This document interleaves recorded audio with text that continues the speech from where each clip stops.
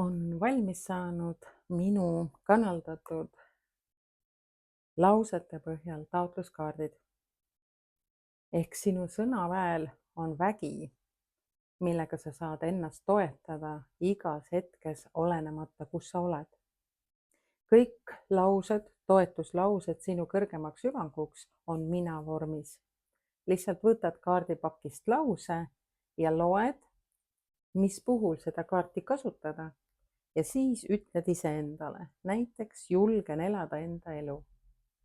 See lause on eriti noortele, kes lähevad oma elu peale. Või kui on olnud lahutus ja pead edasi liikuma, aga seda julgust ei ole, siis kindlasti sisestuslause, toetuslause ehk afirmatsioon aitab sind olla iseendaga kooskõlas ja harmoonias. Mis on veel tore, on see, et need laused ja kaardid on kasutamiseks ka venekeelsele rahvale.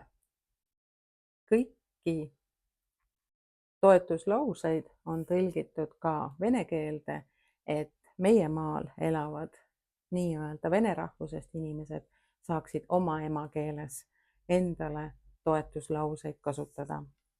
Esimene nendest, mida ma kanaldasin, mida ma olen ise kasutanud üle 20 aasta, on armastan ennast õnnelikuks.